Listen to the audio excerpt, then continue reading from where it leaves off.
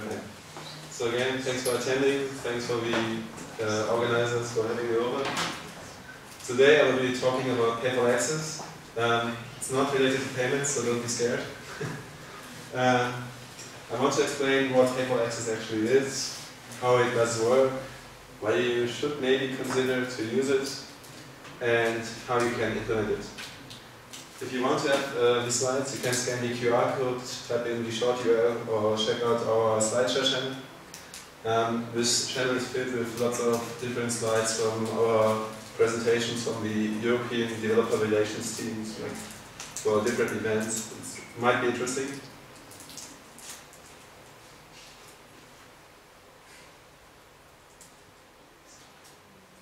I hope the QR code is working.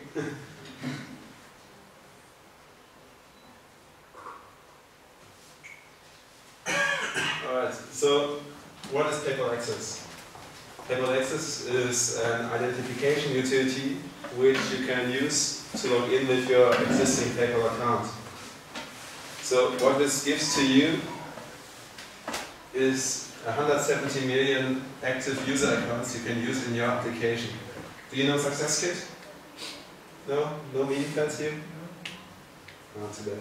But he knows them. Perfect. So this figure is from just a few days ago, so it's quite good. I mean, 170 million verified user accounts, I come to that term later, is quite a huge potential.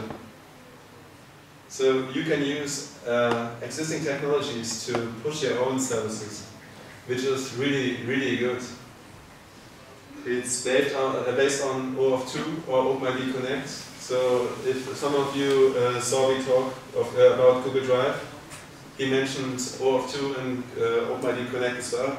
And I'm going to explain some of the basics, like how the authorization flow works and what's so nice about it and where the differences actually are. As mentioned, it's not related to payments, and the users see that, so they are not scared if you offer to log in with PayPal that you fund their money. For developers, it's free to use, so it's very interesting, and it got introduced in 2011 at our yearly event called Innovate, which happens in the Moscone Center in San Francisco. And so what this means is additional features are coming soon. Right now we have this identification profile. You receive it from our servers. It's working already quite nicely, but the new features are coming soon so that you can integrate easily with our payment systems and other stuff. So there is an extension for Magento already. If somebody uses or knows Magento, it's a big shopping system. And it will be integrated a bit deeper into the eBay things as well. Come on in.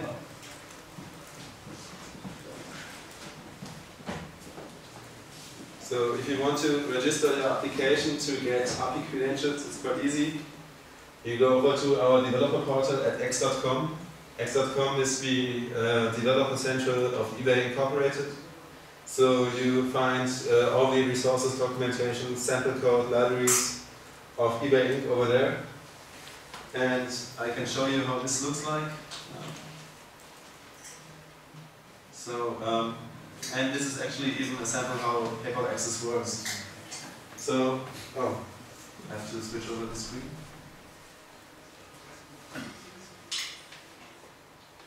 This is a bit too huge. So this is our developer center. And what you can do is you can sign in. And what you now are going to get is a login screen where you can choose between eBay and PayPal. If the horrible slow Wi-Fi works, it does. And what this says is, we will not share your financial information or password with x.com. So users get reassured that you don't do any crap with your PayPal credentials. Now I have to fill in my password.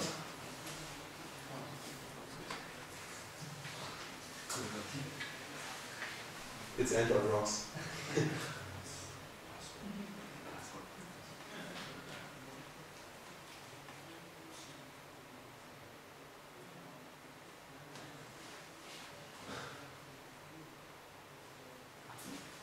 Yes. Should work, hopefully.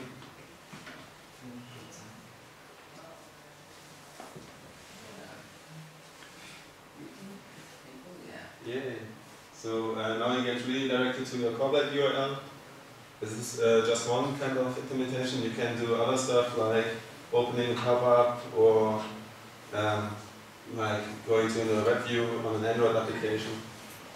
So now X.com knows that I'm logged in and I can manage applications. I hope this one is a bit faster.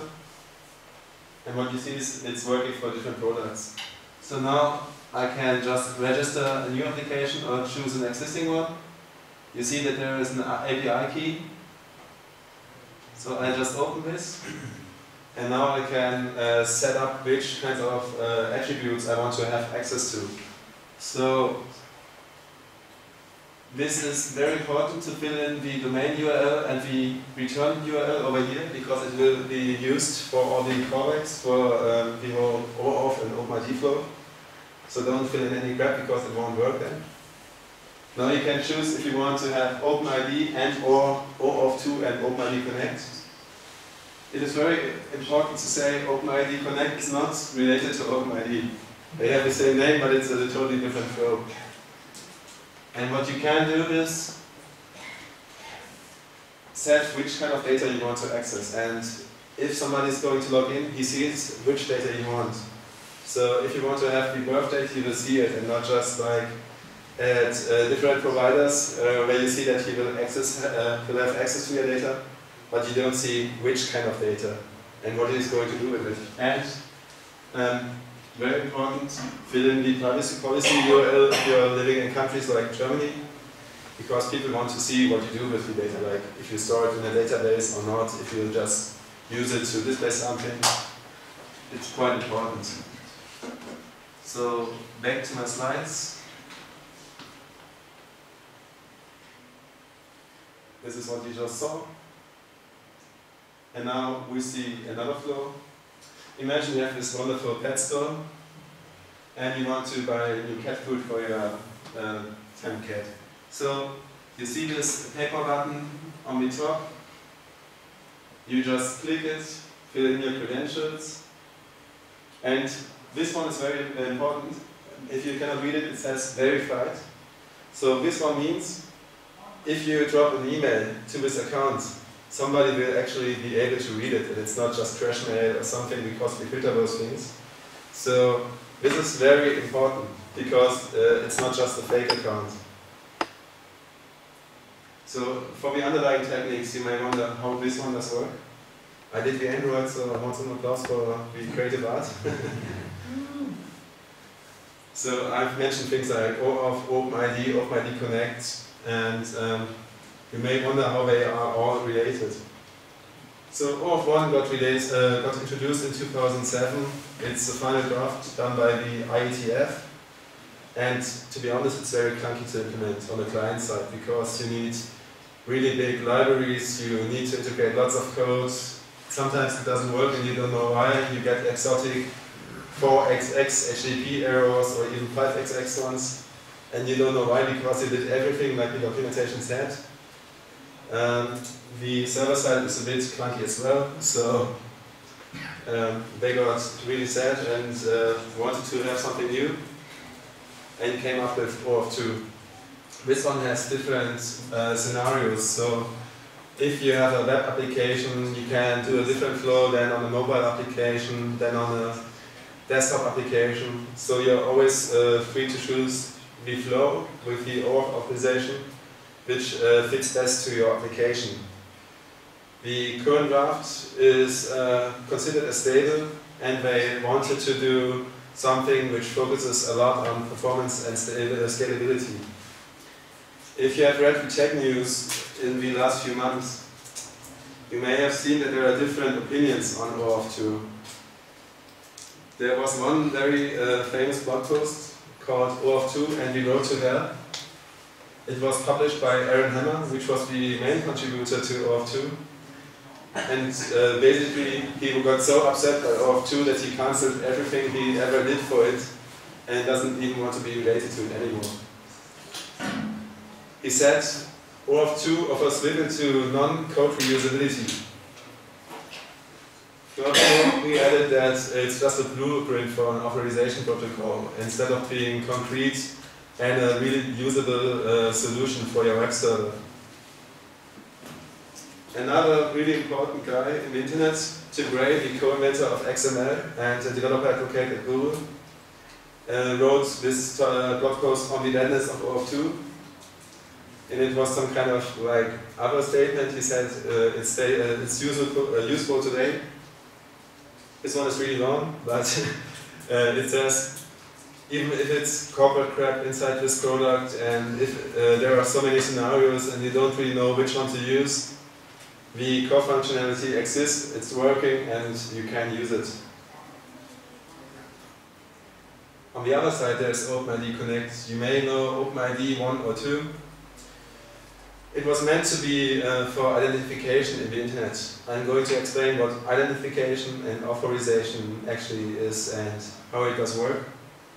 But OpenID Connect is not OpenID. It's based on OAuth 2 as authorization protocol, and it just adds a new layer to it, which can be used for things like session management, so you can validate tokens, and you can log the user out, which is quite important. It's a bit more API friendly, and it's very easy to implement.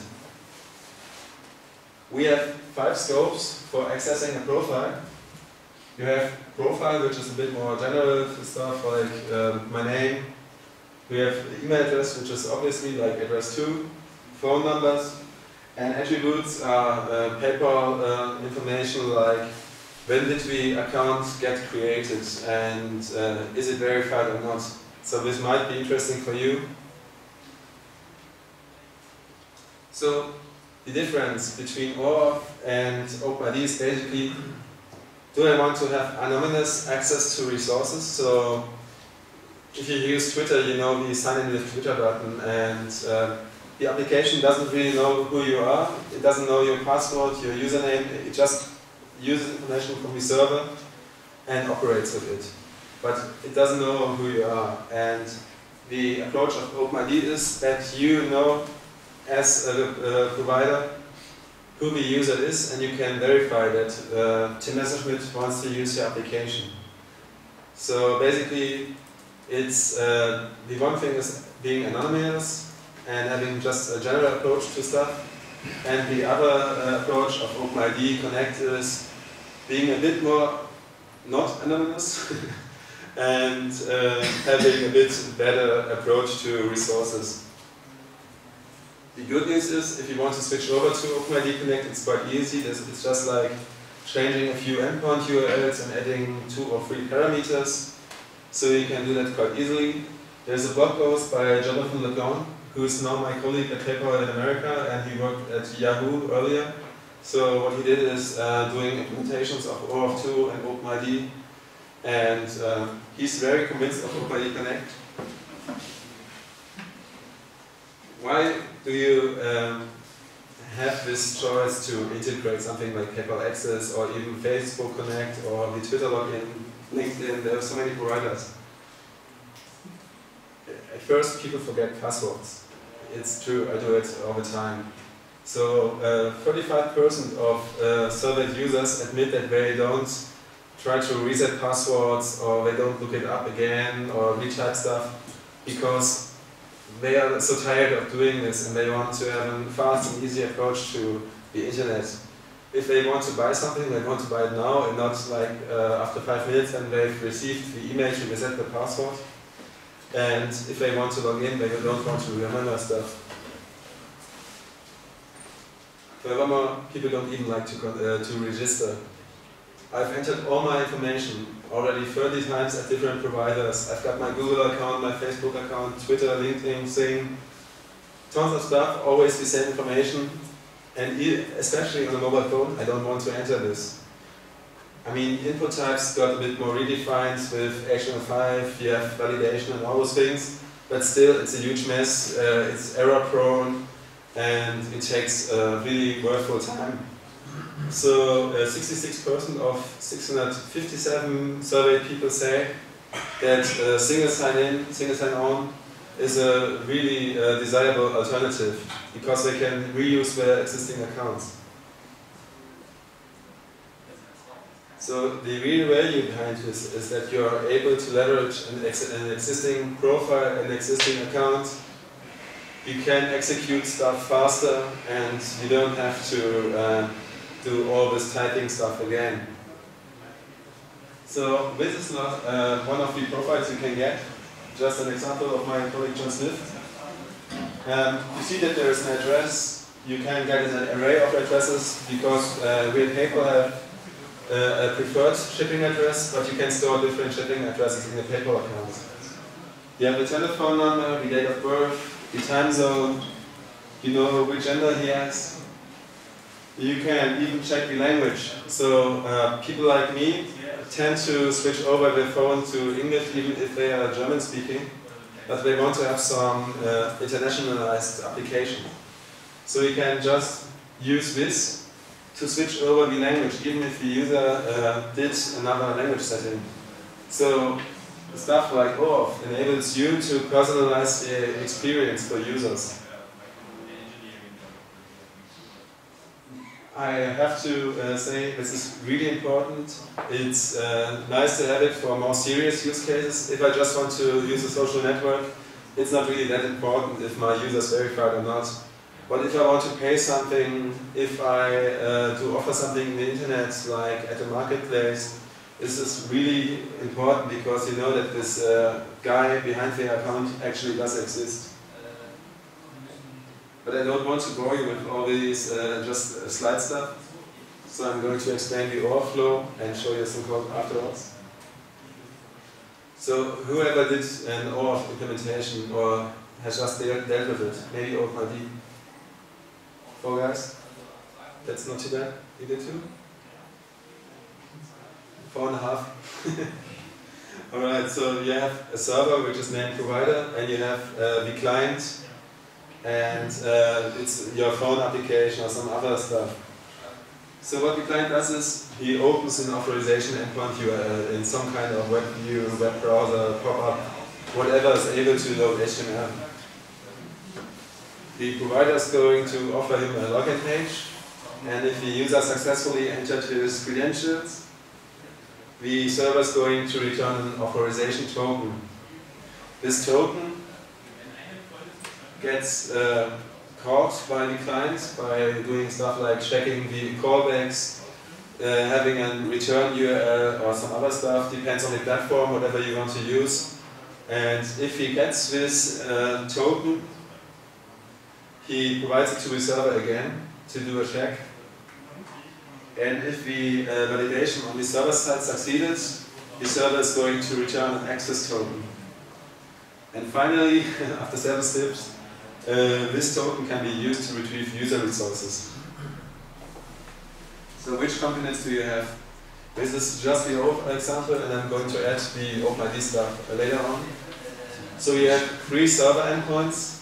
You have the authorization endpoint, you have the token endpoint, you have the profile URL, and you have 2 client details. It's the FID and the secret, which are getting used to identify the client on the provider side. Because, of course, you saw that you can choose which kind of attributes you want to have, and the server needs to know which client is trying to access these attributes. Now, if you want to do this, of course, you have to load the authorization URL in a web view. There's another way, I'm going to explain in a few seconds. But this one is the embedded web view approach on Android. Is anyone Android code over here? No? 1, 2, 3, 4. That's not too bad. But you can do it on other platforms easily. I'm just going to explain it with Java, but it should be understandable. So what you do is you start checking the URLs which the web view is actually loading, and you can define a return URL, like my return URL com/off. Hopefully nobody else is using it in the same web view, and you can check for the provided URIs. If the URL got loaded, you try to extract this code parameter. You create new parameters for the token service where you want to have the access token from. You do an HTTP post, and if the connection was a success, you pass the result and you try to extract the access token. There are additional nice tokens you can extract from this. You have the access token, which is being used to access a profile. You have the token type, it's always 0, so not so important. You have a refresh token, which is interesting if you want to refresh the token and have a new access token, because if the user might have changed something in his account, you want to have new data, you can use this one. It's very important to know that we have an expiration. The access token is only valid for 15 minutes, and the refresh token is valid for 8 hours. So if you want to have fresh user data, you always have to refresh. And you have this ID token, which is getting used to validate if the access token is still okay. So again, we extract the access token to get the profile, and this one is just an additional HTTP post with the parameter, and basically you get the resources, so it's quite easy to use. We have existing sample code for Python and PHP too, some web developers already.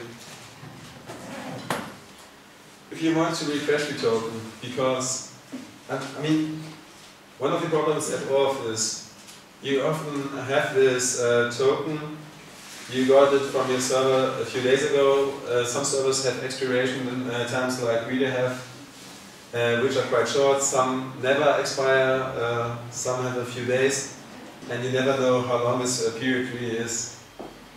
Usually, I know what you are going to do is you're going to do a request for a profile or something, and if it doesn't work, you have to ask the user to log in again, because he may have moved the application to restricted applications, he may have just deleted it. One of the main approaches of OAuth is that if you are a provider and some kind of client wants to have your information, you are going to see it in your profile, in the settings, anywhere. Hopefully you see which data he's going to use, and hopefully you can remove this application so that it doesn't have access to your profile, to your data anymore. And you had to make this post request, had to query for some data, and when you got an error, you had to force the user to log in again. This approach is a bit different because now you can refresh tokens and you can validate them. So you do a post, you add the refresh token, you change the grant type parameter and add the profile scope, and you get a new token. Same applies to validation. Easy again. What you're going to do is do a post, just a new endpoint URL, which is now checkID. And here you have to add the access token. So you can check if the access token is still fine. If not, do a refresh and it's working. One of the other features of OpenID Connect is that you have session management. So being able to log out the user because he's using some kind of application with login, log out, those things because he wants to change his account. It might be interesting to offer him to be able to log out. It's just one call, and you can provide a redirect URL so that you have a smooth experience. We've got some further information. Again, the blog post I mentioned from Jonathan LeBron. We have a GitHub project you can use for Android, but we are going to extend it for different languages and platforms. It's Apache v2, so you can just grab the code and it's usually fine. And hopefully mention us. So this one is going to work with OAuth 2 and OpenID Connect. It's just a helper class. It's quite easy to embed in your application, but we are going to extend this for iOS, for PHP, for Google App Engine, for different platforms. Right now we're hacking some Node.js plugin as well, so it might be interesting. We've got official developer resources at x.com.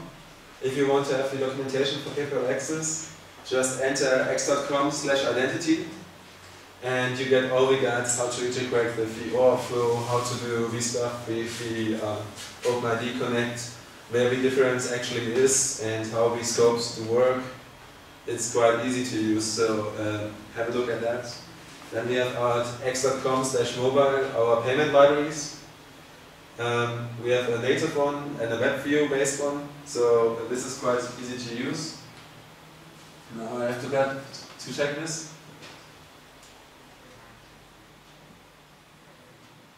So here is the x.com/identity page. It contains some PHP and Perl sample codes, so you can usually just copy paste it or think of an Android version.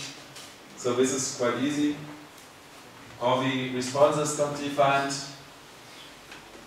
and even the flow is in there in a nice flowchart, so you can integrate it easily. These are the attributes. It's mapped to an URI since it's a bit confusing, to be honest. But yeah, that's pretty cool. And this one is the mobile stuff. So the native library for Android and iOS, and a WebView based one you can use basically for every platform which is able to load websites. Alright, so we've got some other stuff I want to show you. If you have ever any problems with your application, open a ticket at paypal.com/DTS, which stands for Developer Technical Services. And that's quite useful because there are real developers behind this ticketing service and they can help you. Usually they are really fast. And we have an open forum everybody can use, and you can just ask for something and hopefully someone is answering.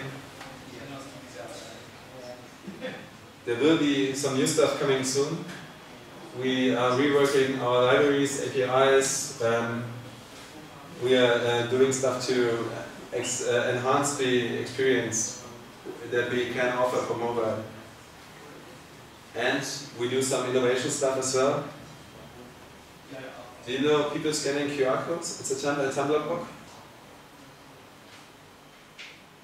So QR codes are very country specific. Some countries use it like a lot, and some people don't. And this one is a bit more of the UK and American approach. Nobody scans QR codes. But in Germany they do. So we've released an application for that called QR Shopping. It's working at the point of sale, so it takes those online payments to the offline world, to the real world. You can scan this QR code and buy, it should be bath trousers by Adidas. And so normally if you scan QR codes, you have this problem, it's just an URL. But this one is a bit more enhanced since it opens the right application, you get some real value from it, you can do a bit more, a bit different pricing models and those things. And this one is available for Android and for iOS. So what you should have learned from this is that PayPal Access enhances application by adding verified user bases. And now I'm happy to provide any answers to questions. The Node.js server implementation, when do you expect to do? As soon as I have some time to finish it. It's quite ready yet, so I have to do some polish and make it a bit more nicer, and then I'm going to publish it at GitHub.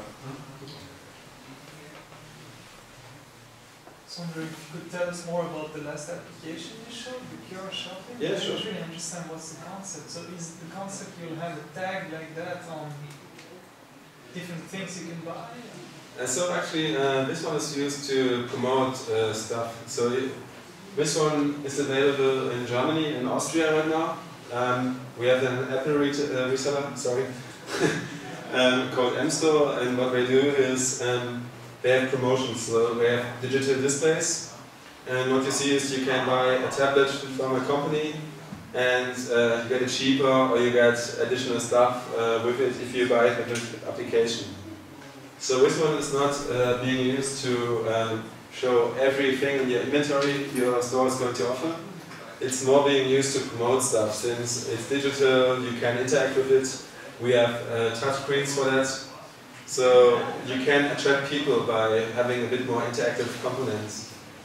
And this application is getting reworked right now. There's going to be a version 2 soonish, really soonish. And it will enhance the existing experience for having the point of sale and still using PayPal. So in UK we have a quite similar approach.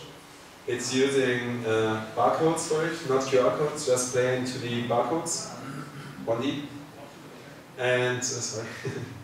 And the nice thing about the usual barcodes is it's working with vending machines in the supermarkets already.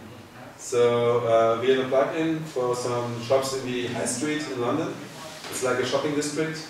And what you can do is boutique shopping with it. So buying really expensive clothes and those things. It's called PayPal in-store. So right now PayPal is really trying to combine those crazy online payment stuff nobody really gets with offline payments. Another question to this one. So if you scan the QR code, what do you see on the phone? Like the product or? So if you have the application installed, you will see the trousers. You see some product information, you see the price. So what this is basically it speaks to one of our servers and gets the product information, and you can directly purchase it. The nice thing is you don't have to enter all your credentials again and again. It uses some kind of PIN protection, so it's quite easy to use this.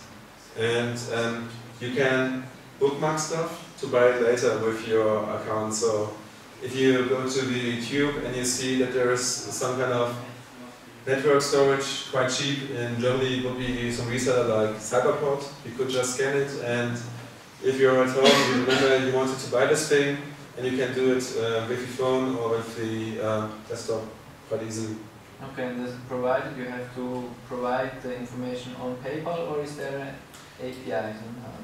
This one is not open for developers yet, so this is just for some resellers who cooperate with PayPal. Additional questions? No? Then thanks for your time.